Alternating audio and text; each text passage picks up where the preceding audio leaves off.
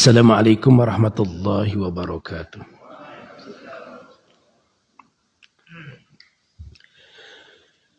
Alhamdulillah wa kafa, salatu wassalamu ala rasulihil mustafa wa ala alihi wa ashabihi ahli sadaqi wal wafa. Asyhadu an la ilaha illallah wahdahu la syarikalah, lahul asma'ul husna, wa asyhadu anna Muhammadan abduhu wa rasuluhul mustafa, amma ba'd. Bapak Ibu hadirin jamaah Masjid Al-Ikhlas yang mudah-mudahan dirahmati Allah Rabbul Alamin. Pagi ini kita akan melanjutkan kembali pembahasan Risalah Saum Ramadan, memasuki halaman 17 tentang syarat wajib saum.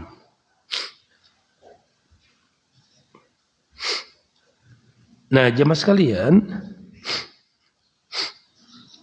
ada 4 syarat wajib saum. Yang pertama, Islam. Orang yang tidak beragama Islam tidak wajib saum. Ketika di dunia, orang kafir tidak dituntut melakukan puasa karena puasanya tidak sah. Namun di akhirat ia dihukum dengan kemampuan dia mengerjakan ibadah tersebut dengan masuk Islam. Nah, jamaah sekalian, disinilah para ulama terjadi ikhtilaf tentang apakah orang kafir itu termasuk mukallaf atau tidak. Apakah orang kafir itu termasuk yang terkena taklif atau tidak. Nah, jemaah sekalian, sehingga di kalangan para fuqaha itu berkaitan dengan syarat ada 2. Ada syarat wajib, ada syarat sah. Nah, jadi ada yang memasukkan Islam ini sebagai syarat wajib, ada yang memasukkannya sebagai syarat sah. Jamaah sekalian, bagi yang berpendapat bahwa orang kafir ini tidak terkena kewajiban, tidak terkena taklif, maka mereka memasukkannya pada syarat wajib. Tapi para ulama yang memasukkan ini, memasukkan orang kafir sebagai yang terkena taklif, maka mereka memasukkannya pada syarat sah. Saya ingin analogikan gini. Kalau anak kecil, maka mereka tidak wajib untuk melaksanakan saum. Sehingga balik itu menjadi syarat wajib. Nah, kalau anak kecil ia melaksanakan saum, misalnya anak yang berusia 7 tahun, dia melaksanakan saum, maka itu sebagai pembelajaran bagi dia. Sebagai pembelajaran sehingga kelak ketika dia terkena taklif, ketika dia balik dia sudah kuat. Nah, berbeda jamaah sekalian dengan orang yang misalnya berhadas. Coba. Misalnya dia belum berwudu, dia belum berwudu. Nah, suci dari hadas itu syarat sah, bukan syarat wajib. Syarat sah bukan syarat wajib. Nah, sehingga kalau orang yang belum berwudu, ya, dia tidak sah ketika dia sholat. Ya. Tapi kalau dia tidak sholat, dia berdosa. Ya. Ini kalau orang yang ini udah balik nih ya, udah balik. Kemudian dia tidak sholat, dia dosa. Tapi kalau dia sholat harus berwudu dulu. Kalau dia sholat tanpa wudu, maka sholatnya tidak sah. Nah, orang kafir itu diumpamakan seperti ini. Orang kafir itu dia terkena taklif. Ya, dia wajib sholat, dia wajib saum, dia wajib zakat, dia wajib haji. Tapi ketika dia melaksanakan sholat tidak sah. Ketika dia melaksanakan saum tidak sah. Ketika dia berzakat tidak sah. Ketika dia haji tidak sah. Karena syaratnya masuk Islam dulu. Nah, ini terjadi ikhtilaf ya di kalangan para fuqaha berkaitan dengan ini. Yang kedua, balik. Puasa tidak diwajibkan bagi anak kecil. Sedangkan bagi anak yang sudah tamyiz masih sah puasanya. Selain itu, di bawah tamyiz tidak sah puasanya. Muhammad Al-Khatib berkata, diperintahkan puasa bagi anak usia 7 tahun ketika sudah mampu. Ketika usia 10 tahun tidak mampu puasa, maka ia dipukul. Nah, beliau itu mengambil analogi dengan sholat. Sholat itu kan muru auladakum bis sholati idza balagu sab'an wadribuhum 'alaiha idza balagu asyran. Kalau 7 tahun ya, 7 tahun perintahkan untuk melaksanakan sholat. 10 tahun masih belum melaksanakan sholat, maka pukul. Nah, saum itu kan setara dengan sholat.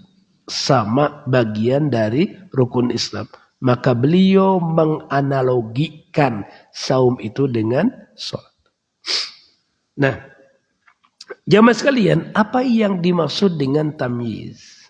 Begini, jamaah sekalian. Tamyiz itu adalah orang yang sudah bisa membedakan mana yang baik, mana yang buruk. Ya. Mana yang memberi manfaat, mana yang mendatangkan madarat.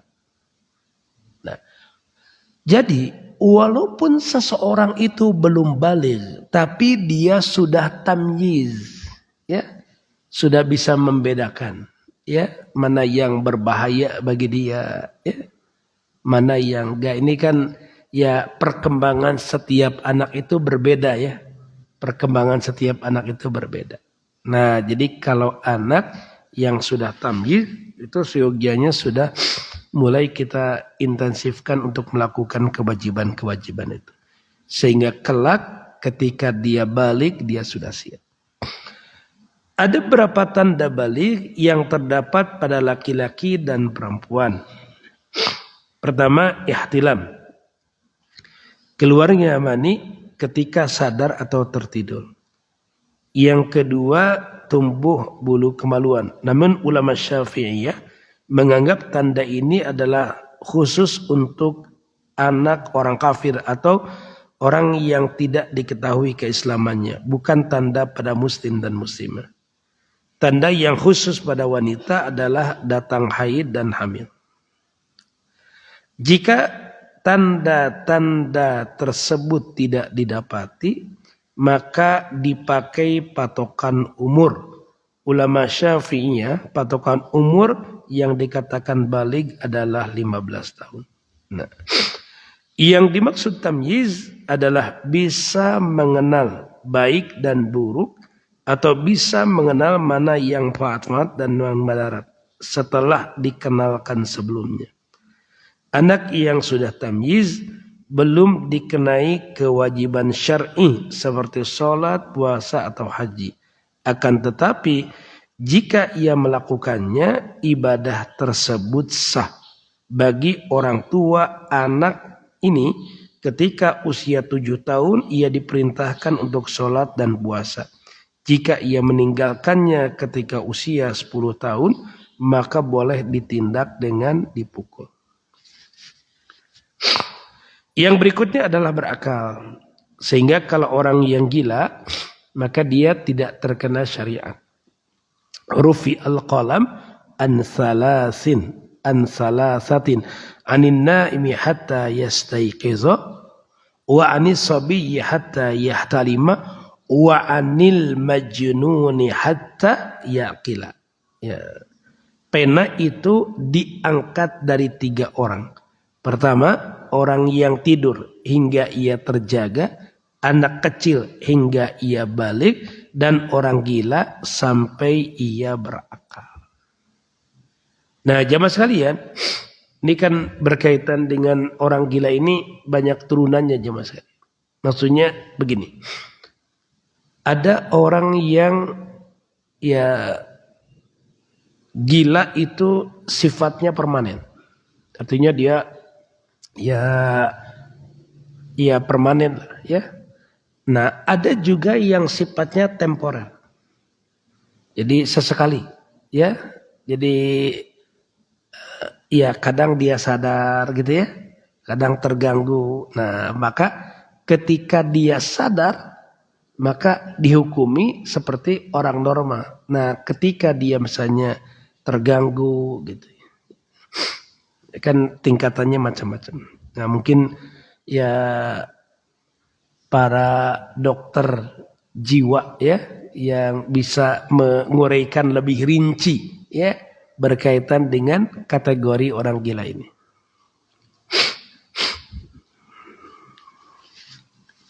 Yang berikutnya adalah mampu untuk berpuasa. Kemampuan yang dimaksud di sini adalah kemampuan syar'i dan fisik. Yang tidak mampu secara fisik seperti orang yang sakit berat atau berada dalam usia senja atau sakitnya tidak kunjung sembuh, maka tidak wajib berpuasa.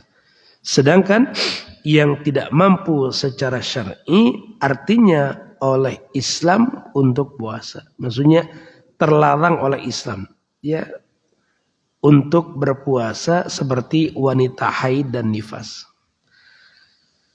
Berikutnya jamaah sekalian, rukun puasa atau rukun saum. Pertama, niat.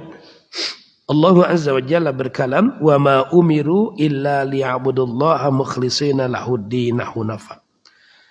Padahal mereka tidak disuruh kecuali supaya beribadah kepada Allah dengan memurnikan ketaatan kepadanya dalam menjalankan agama yang lurus. Nah, jamaah sekalian, ayat ini menjadi dasar bahwa semua yang diperintahkan oleh Allah Azza wa Jalla pada Nabi dan Rasul, mereka mendapatkan perintah yang sama untuk mentauhidkan Allah Azza wa Jalla.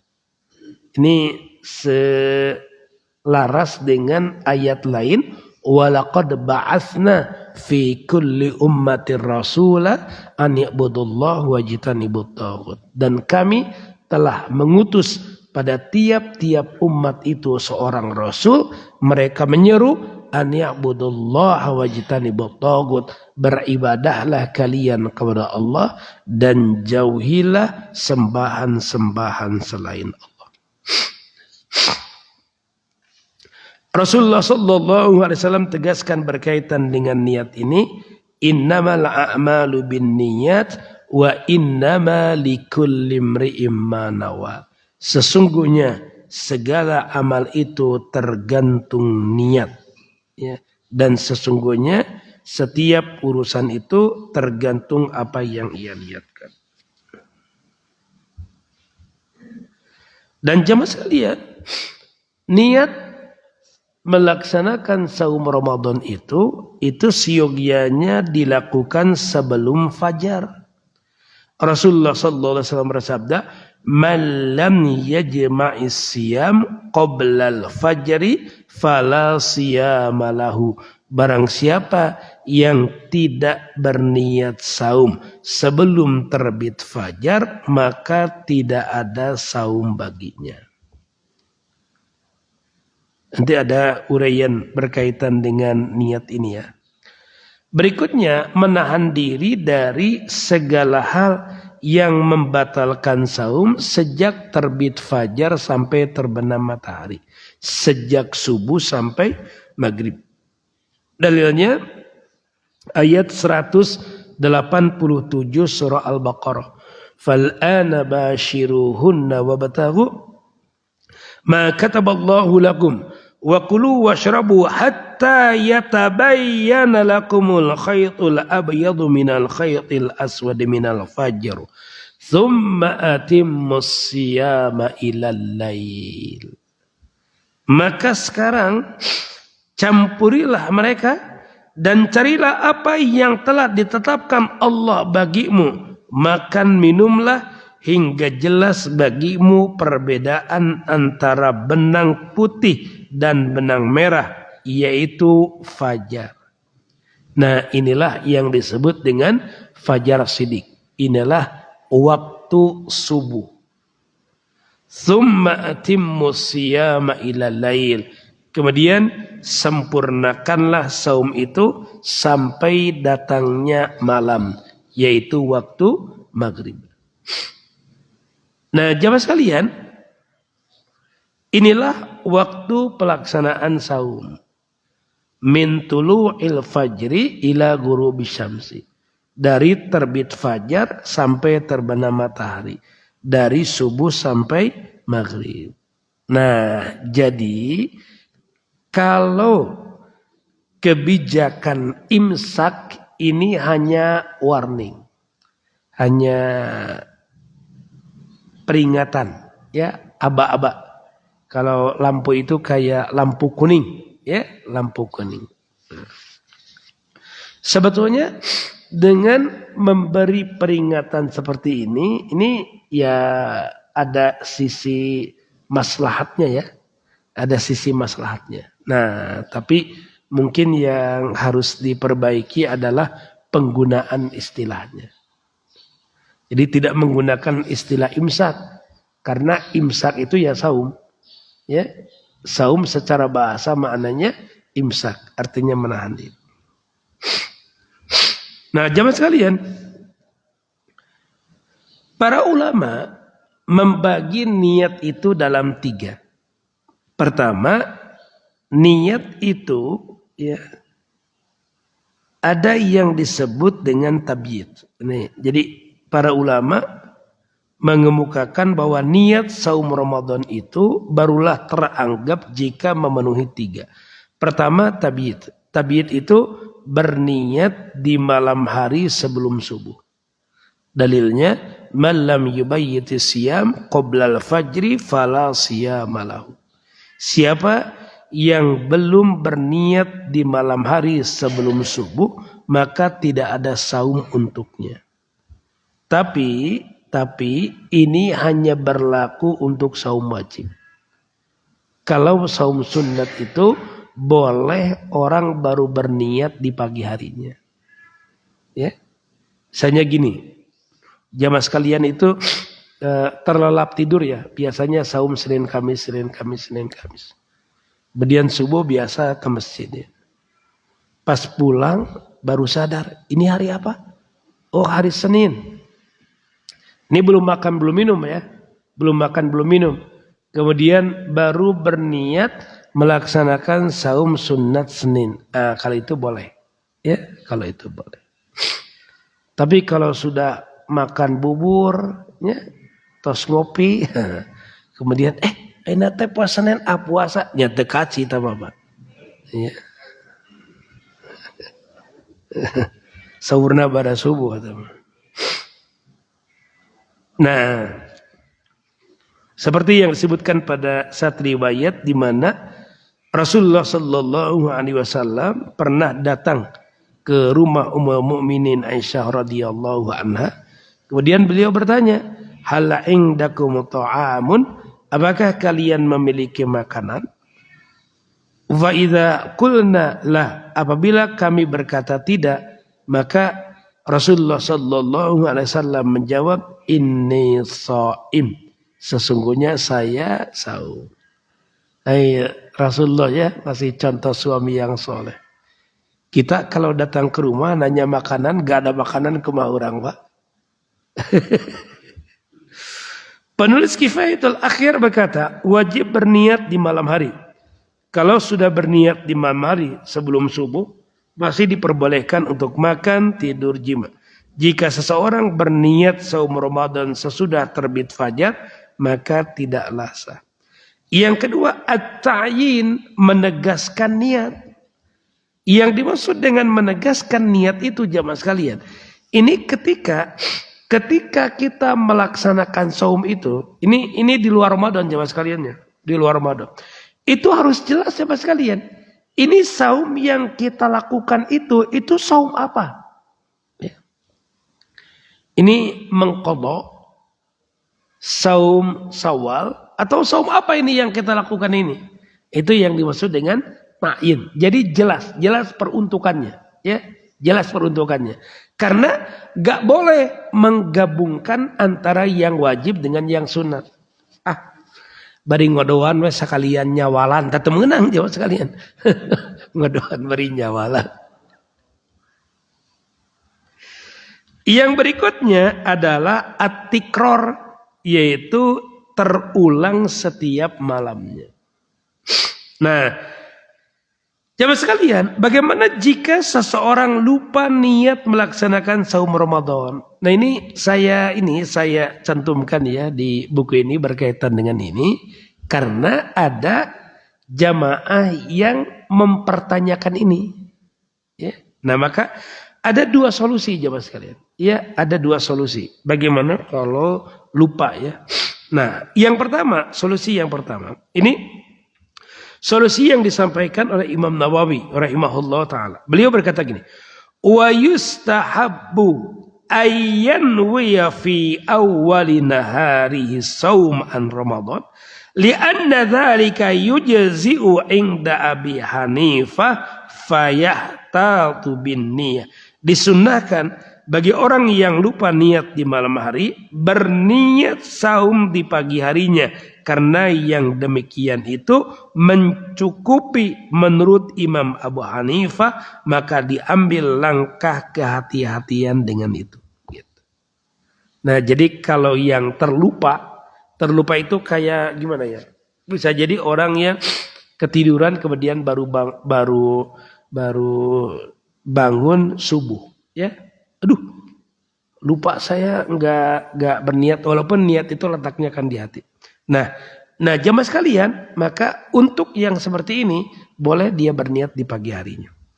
Nah, kemudian Ibnu Hajar al-Asqalani beliau menyampaikan, wa fil majmu'i yusannu liman nasiya niyya fi Ramadan ayyanwiya awwalan nahar li ijza'ihi inda Abi Hanifah fayuhtatu bin niyyah.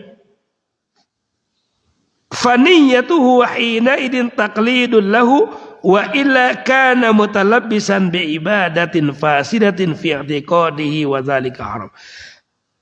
Kata beliau, disunnahkan bagi orang yang lupa berniat saum di bulan Ramadan untuk berniat pada pagi hari, karena bagi Imam Abu Hanifah hal itu sudah mencukupi, maka diambil langkah kehati-hatian dengan niat.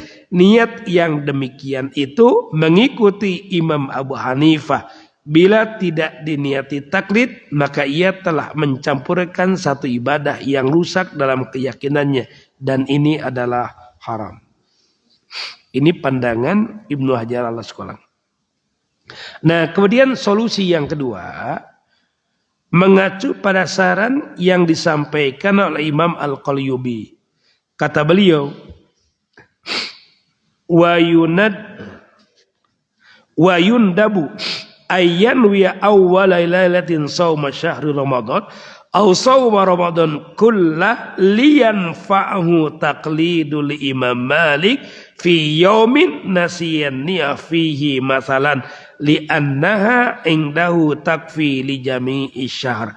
Disunnahkan pada malam pertama bulan Ramadan untuk niat berpuasa sebulan penuh untuk mengambil atau memanfaatkan pendapat Imam Malik pada suatu hari yang lupa untuk berniat di dalamnya, karena beliau menganggap niat tersebut mencukupi bila lupa niat pada malam-malam berikutnya di semua malam Ramadan.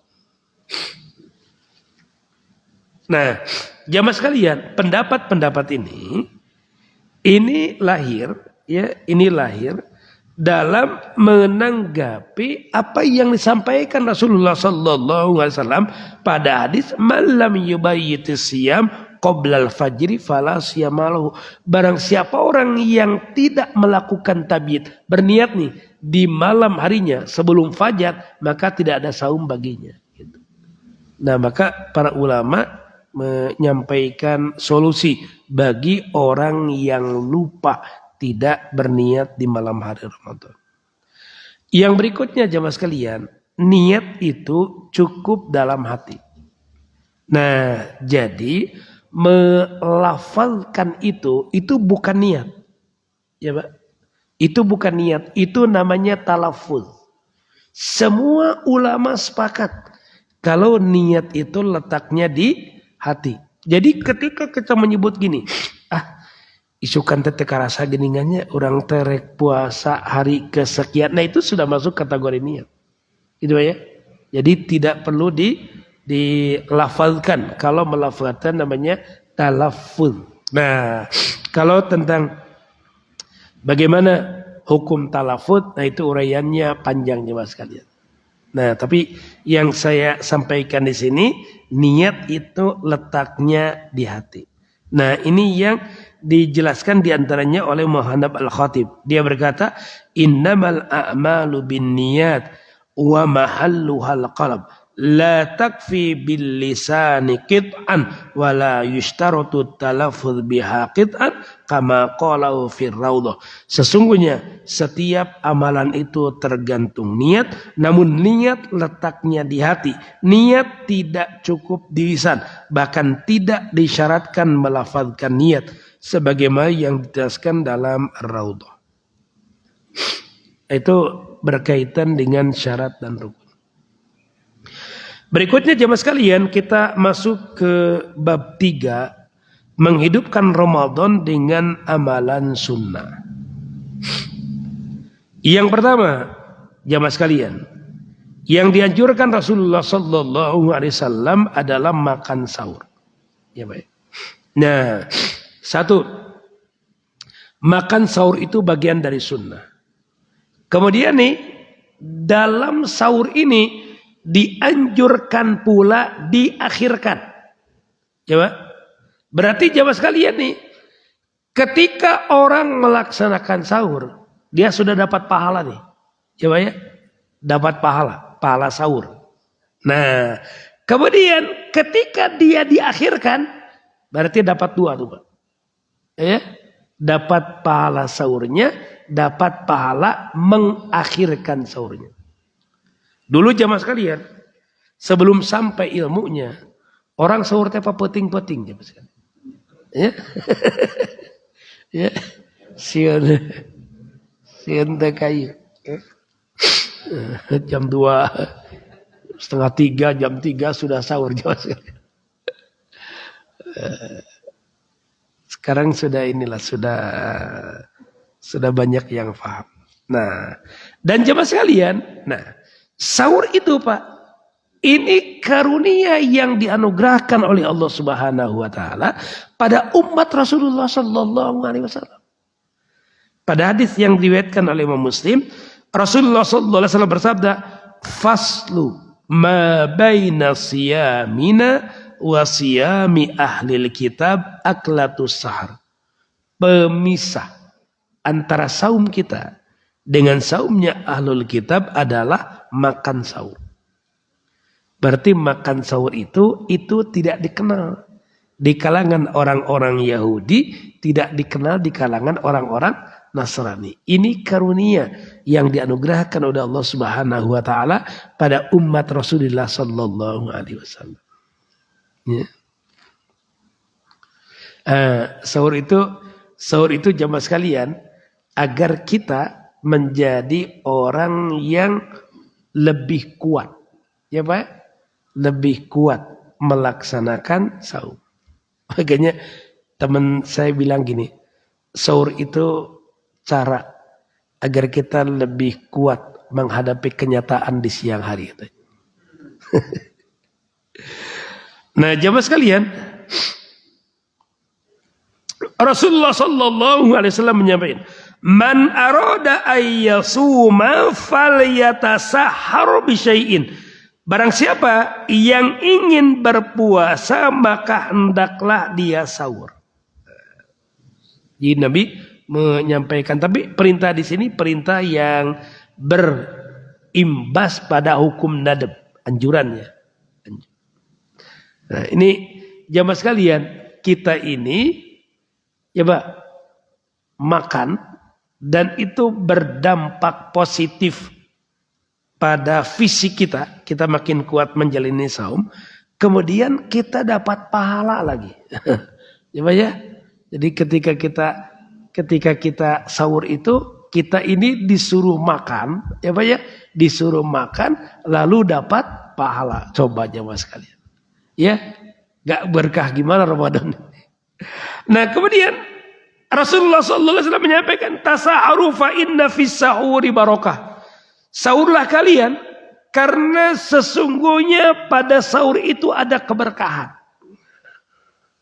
Nah, jamaah sekalian, berkah yang diungkapkan dalam bentuk nakiro itu mengisyaratkan umum, artinya mencakup segala bentuk keberkahan, baik yang bisa kita deteksi maupun yang tidak. Yang bisa kita deteksi seperti tadi, ya, membuat kita makin kuat melaksanakan saum, kemudian juga melatih kita menjadi orang yang terbiasa bangun ya sebelum subuh. Nah, ini kan perkara-perkara yang bisa terdeteksi. Di samping itu juga ada hal-hal lain yang mungkin tidak kita ketahui. Nah, pada hadis yang diriwayatkan oleh Imam Ahmad, Rasulullah sallallahu alaihi wasallam bersabda, "As-sahuru akluhu barakah, fala tad'uhu." Sahur adalah makanan yang penuh berkah. Oleh karena itu janganlah kalian meninggalkannya. Walau ayyajzi'a ahadukum jar'atan mimma'in. Sekalipun hanya dengan meminum seteguk air. Jadi kalau jamaah sekalian misalnya baru bangun 5 menit ya, 5 menit nih menjelang subuh ya, sehingga tidak sempat bagi kita untuk makan berat, kita boleh minum atau mengkonsumsi beberapa butir kurma. Nah, terus ulah jadi kaca pangan. Aduh, abdi mah tadi teu sahur. Ya, teu sahur. Kumaha tuh Pak tadi? Ya ngan saukur minum we unggah jeung kurma. Eta teh sahur.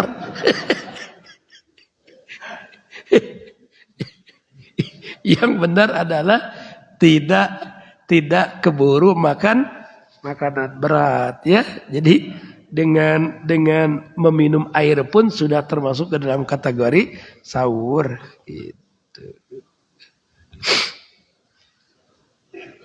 Fa inna Allah azza wa jalla wa malaikatahu yusalluna 'alal mutasahhirin. Karena sesungguhnya Allah azza wa jalla dan para malaikatnya bersalawat pada orang-orang yang sahur. Nah, jamaah sekalian, perhatikan. Ketika kata salawat dikaitkan kepada Allah, lafaz salawat nih dikaitkan kepada Allah, maka maknanya adalah Allah menganugerahkan rahmat.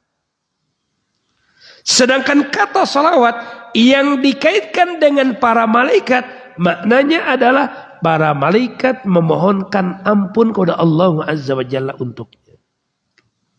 Ya. Kalau kata salawat dikaitkan dengan orang-orang yang beriman, maka maknanya adalah orang-orang yang beriman bersalawat.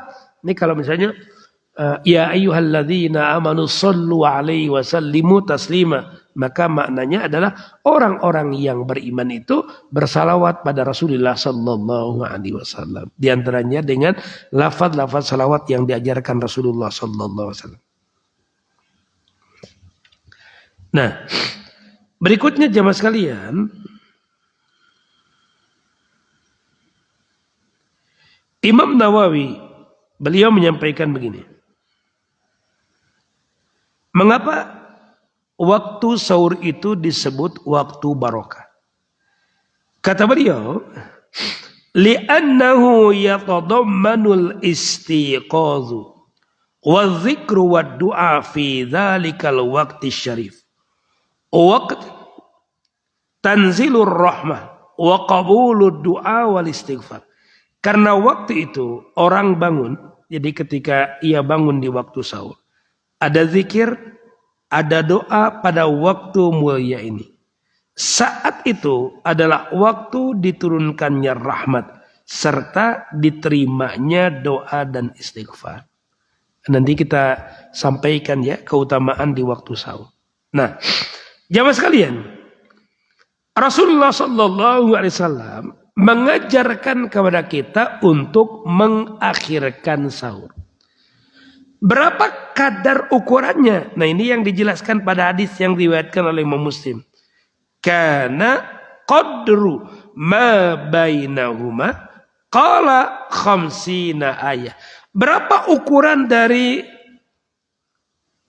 selesai ya salatut tarawih sampai salat subuh? Seukuran 50 ayat. Nah, seukuran 50 ayat ini yang dijadikan sebagai standar yang disebut dengan mengakhirkan sahur. Ya.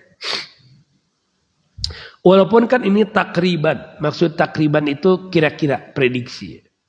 50 ayat itu kira-kira berapa ini jamaah sekalian? Berapa lama? Tergantung siapa yang baca dan tergantung ayat yang dibaca. tergantung siapa yang baca dan tergantung ayat yang dibaca. Kalau pakai dikira-kirakan di kisaran setengah jam misalnya jamaah sekalian ya, setengah jam cukup ya, setengah jam kita ya. Kalau sekarang waktu subuh itu jam 4.39, sahur jam 4 itu cukup lah. Ya, sahur jam 4 itu cukup. Kalau jamaah sekalian bangunnya dari jam 3 gitu ya, kan bisa sholat dulu, tilawah Al-Quran dulu, berzikir dulu, ya makan. Kecuali kalau ada hal-hal lain jamaah sekalian ya, ada yang ngisep dulu, nah kalau itu beda ceritanya jamaah sekalian. Beda kalau itu. Ya. Nah, jamaah sekalian, waktu sahur bukan hanya sekedar untuk mangan, namun juga memperbanyak doa. Karena waktu sahur adalah waktu mustajabah doa. Pada hadis yang diriwayatkan oleh Bukhari dan Muslim, Rasulullah SAW menyampaikan, yanzilu rabbuna tabaraka wa ta'ala kulla lailatin ila sama'id dunya. Rabb kami tabaraka wa ta'ala turun ke langit dunia ketika tersisa sepertiga malam. Hina yabqa thuluthul lailil akhir. Yaqulu. Nah, Allahu Rabbul Alamin berkalam, "Man yad'uni fa'ast tajibalahu, man yas'aluni fa'u'tiyahu, man yastaghfiruni fa'aghfirulahu." Siapa yang berdoa kepadaku, aku akan kabulkan. Siapa yang meminta kepadaku, aku akan beri. Siapa yang meminta ampunan kepadaku, aku akan ampuni. Nah, jadi jamaah sekalian, Ketika kita berada di sepertiga malam, ini waktu mustajabah doa, jemaah. Makanya Rasulullah Shallallahu Alaihi Wasallam menganjurkan kita untuk sahur itu bukan hanya untuk makan. Kalau makan mah paling berapa lama jemaah sekalian? Ya, makan itu paling 10 sampai 15 menit selesai lah ya. Nah jemaah sekalian, selebihnya kita gunakan untuk bertilawah Al-Quranul Karim. Ya. Jamaah sekalian, kalau kita baca ayat yang berkaitan dengan tartil warattilil Qur'ana tartila, maka anjurannya membaca Al-Quranul Karim itu di sepertiga malam. Lebih berbekas ya. Jadi membaca Al-Quranul Karim di sepertiga malam itu lebih berbekas. Jamaah sekalian, kalau jamaah sekalian di waktu muda nih, ya kan pernah ngorah lah orang teh, ya jamaah sekalian. Kemudian kita kalau dulu masih ini ya, masih musim kirim surat jamaah sekalian, ya masih musim kirim surat. Kalau sekarang kan WA nih. Nah, ketika kita dapat surat cinta dari orang yang kita cintai, kira-kira gimana jamaah sekalian? Ini ya, atau ginilah. Ketika kita mendengarkan lagu jamaah sekalian yang ada kisah tersendiri lah, ayat sababul wurud. Bagaimana perasaan kita gemetar jamaah sekalian, ya kan? Asabaas, ya. Nah, maksud saya, ketika kita membaca Al-Quranul Karim, maka Al-Quranul Karim itu surat cinta dari Allah jamaah. Ya, Al-Quranul Karim itu surat cinta dari Allah. Harusnya jemaah sekalian, ketika kita membaca Al-Quranul Karim itu, kita benar-benar menghayati ayat-ayat yang kita baca itu. Betul tidak Pak ya? Harusnya ayat-ayat itu berasar gitu. Ada bekasnya gitu. Nah jemaah sekalian, mengapa itu tidak terjadi? Di surah Al-Anfal Pak disebutkan gini, wa idza tuliyat alaihim ayatuhu zadathum imanan. Ya kan? Ketika dibacakan ayat-ayat kami, bertambahlah imannya. Berarti harusnya nih Pak, ketika kita membaca Al-Quranul Karim itu berdampak pada bertambahnya iman kita. Mengapa itu tidak terjadi? Pertama, bisa jadi yang kita lakukan selama ini hanya sekedar membaca Al-Quran. Kita ini tidak paham. Ya, tidak paham. Jadi macaan teh saliwat. Ya. Kita tidak mentadaburi Al-Quranul Karim. Nah, maka jamaah sekalian nih, di sepertiga malam, di waktu sahur, kita bangun, kita mentadaburi Al-Quranul Karim itu untuk bisa merasakan ini. Jadi jamaah sekalian gini, orang teh ulah ciki, misalnya kayak Walid bin Mughirah.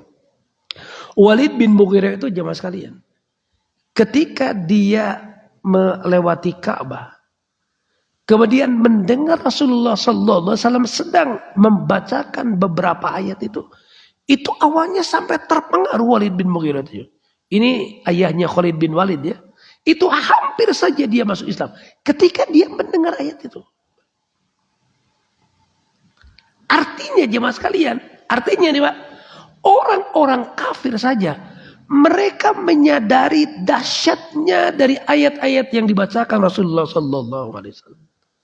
Sehingga jemaah sekalian, sejak saat itu nih Pak, orang-orang kafir itu berupaya membuat hiruk pikuk, ya.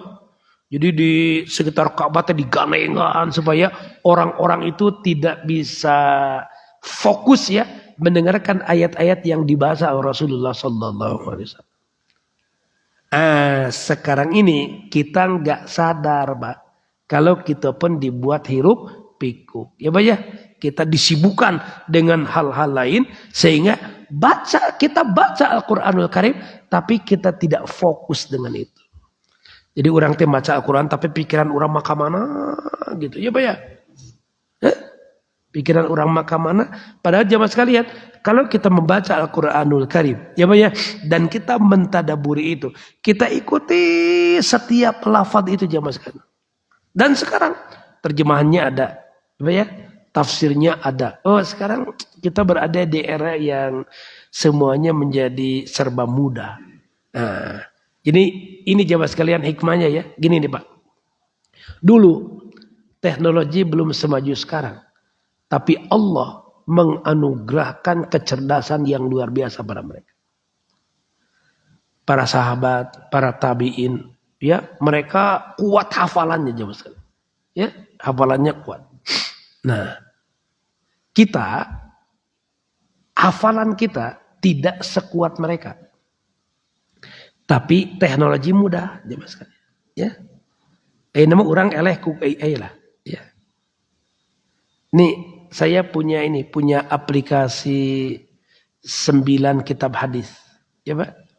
Jadi ketika nyari nih, hadis ini diriwayatkan di kitab siapa saja. Itu tinggal klik katanya keluar jemaah sekalian. Ini ada di sini, nomor anu. Itu Pak ya. Baheula mah kudu dibuka kitabna, Pak. Ya, tangan pencariannya lama. Tapi kita ketika berada di era yang memudahkan ini, faktora aya di urang. Urang horeamna eta jemaah sekalian.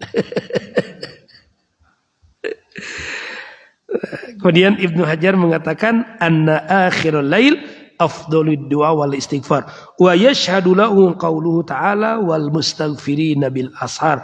Bahkan akhir malam sangat afdal untuk berdoa dan beristighfar. Dalilnya nih di surat Ali Imran ayat ke-17 wal mustaghfirina bil ashar, dan orang-orang yang meminta ampun kepada Allah Azza wa Jalla di waktu sahur. Ibnu Katsir ketika menjelaskan ayat ini beliau berkata dalla ala fadilatil istighfar waqtal ashar wa qala qila inna Yaqub alaihi salam lama qala li banihi sawfa astaghfiru lakum rabbi annahu akharuhum ila waqti sahur. Ayat ini menunjukkan tentang keutamaan beristighfar di waktu sahur, sehingga diriwayatkan Nabi Yaqub ketika memohon ampunan kepada Allah Azza wa Jalla untuk anak-anaknya yang telah melakukan penzoliman terhadap Nabi Yusuf alaihissalam, ia akhirkan permohonan ampunnya itu ke waktu sahur. Ini jemaah sekalian yang disampaikan pagi ini. Insyaallah besok kita lanjutkan ke amalan-amalan lain ya yang disunnahkan Rasulullah sallallahu alaihi wasallam.